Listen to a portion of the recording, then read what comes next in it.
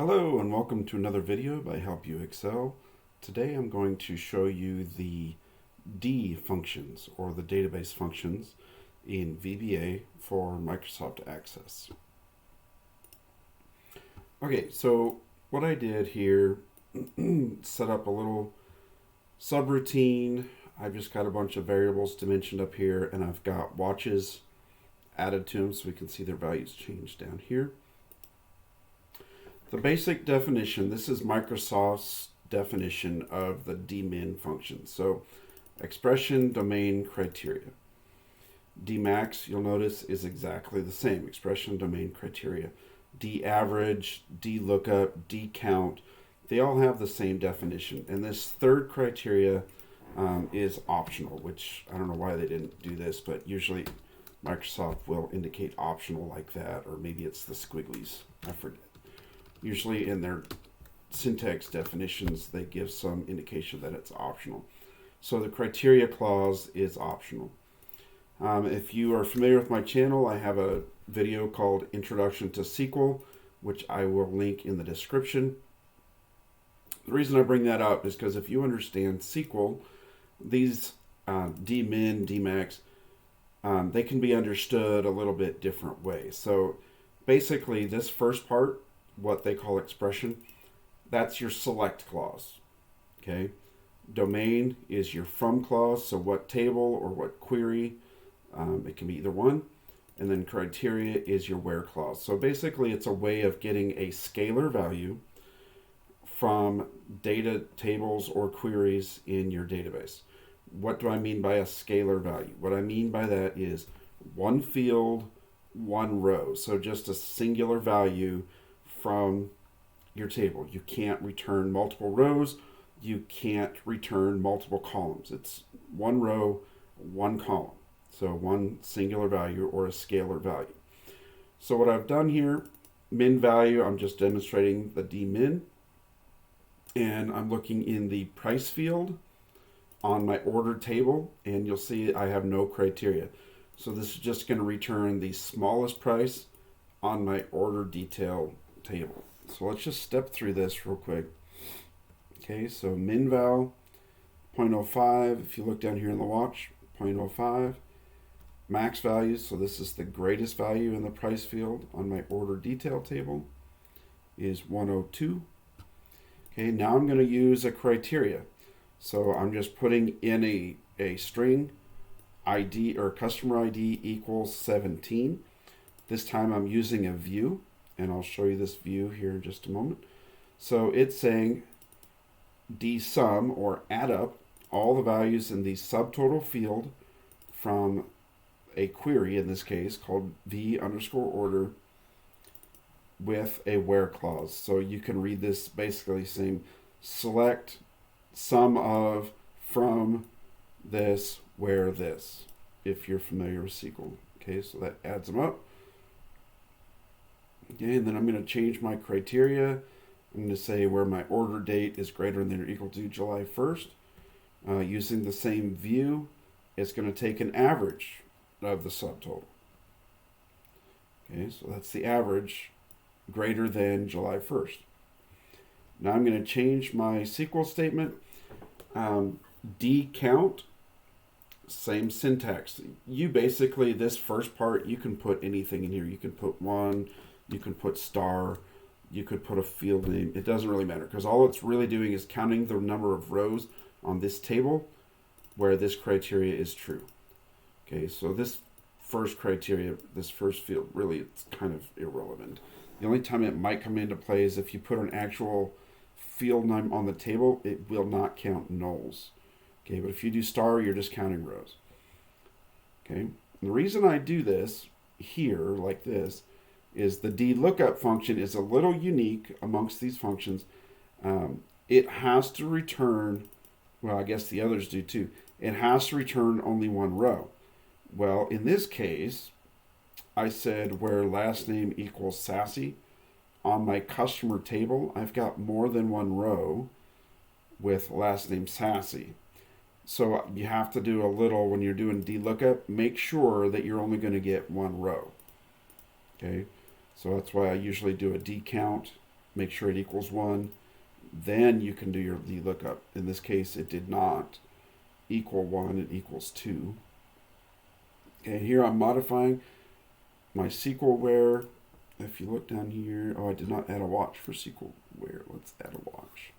SQL where. And so you can see what my SQL where statement is. Last name equals Sassy and first name equals Kayleen. So that combination, of course, we're just returning first name again, so it's a little silly. But that combination is only one row, so it returns the first name. What makes more sense, what's more common? Oops, I don't know why that and 1 is there. I don't want that. Okay, so ID is the primary key on my customer table where ID equals 6. Of course, since I'm using the primary key, the count can't be greater than 1. It could be 0, though. If I were to put an invalid primary key here, this could be 0. DLookup will return an error if it returns 0 rows also. So Kayleen is row 6. So let's look at these tables just a little bit. So let's look at the order detail table.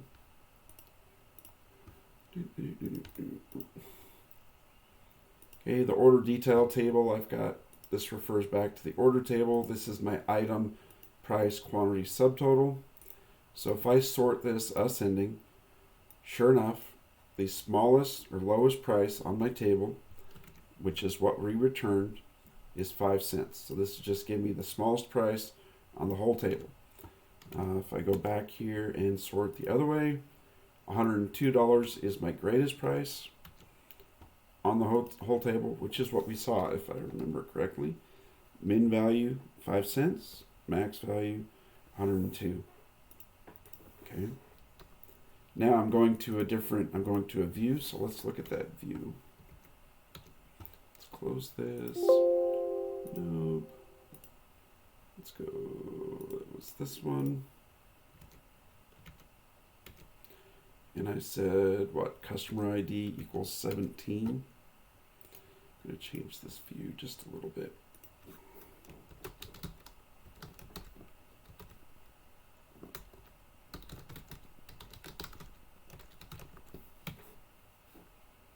So that we see the underlying value instead of the combo box displaying the text. Okay, there we go. And what do we say? Customer ID 17. So let's find customer ID 17. And I told it we're going to add them up. So DSum. So let's do this. Let's go select. So there's 2 rows for 17. It's going to add those 2 values up. So it should be 3,400 and change. Some value. Yep, 3,441 and 38 cents. Okay, now we're going to say where the order date is greater than or equal to 7/1. So if I were to do that, I'd have to filter this. Let's sort. So 7/1. Okay, so from this row to the end, it's going to take an average of the subtotal. Okay, which I'm not going to do the math. I know that's right. Okay, now let's look at, this one's looking at the customer table. So if we find Sassy, oops. Okay, there's 2 rows. Okay, so SQL where Sassy equal, or last name equals Sassy. And we said if DCount equals 1, then look up the first name. Well, DCount did not equal 1, it equaled 2. Okay, now we're changing our SQL where. Now it says if DCount equals 1, where last name equals Sassy and first name equals Kayleen. So here's our 2 Sassy lines, here's the Kayleen. That's only 1 row. And so let's change this. I know that's not really a first name, but okay, so The row with last name Sassy, first name Kayleen, is that ID 6? Yes, it is. Okay. Now, if I go the other way and I start off saying where ID equals 6, of course we know the first name is Kayleen. Okay. So that's how all of your D functions. Let me see if I can remember them all. There's DMin. Yeah, it's not gonna like that. DMax. DAverage. DCount. DLookup or is it lookup or I always forget. Because the reason I always forget is because in Excel it's dget, but in VBA it's DLookup. I believe those were all the D functions, but they all have the same basic syntax. Your select clause, your from clause, and your criteria clause. And each one of them has to return exactly one row. Because these are summary fields, they will always return one row. The lookup one is a little tricksy. You got to make sure your criteria is only going to return one row. If it returns 0 rows or more than one row, this function will return an error. So I usually encapsulate it in a DCount to make sure. Okay. And yeah, there you go. So with these DMins, I use these quite a lot, and I know if you were to like put this in a loop, or if you were to put it on like a report or in a query, which you can do, these DLookup formulas could be slow. So you don't want to use these if you're retrieving a whole bunch of data. You'll want to write a query or load it into a record set or something like that, because it will hurt your performance if you're doing it a lot. But if you're just retrieving 1 or 2 values from a table that you want to put into a variable, load onto a form, whatever, they're pretty quick, especially if your criteria, if it's on an indexed field. You see this view that I was looking at is 2,000 rows, and you saw how quickly. Here, I'll just let this whole thing run. It's almost instantaneously. But if this was inside of a loop and you were running this 100 times, let's just try this.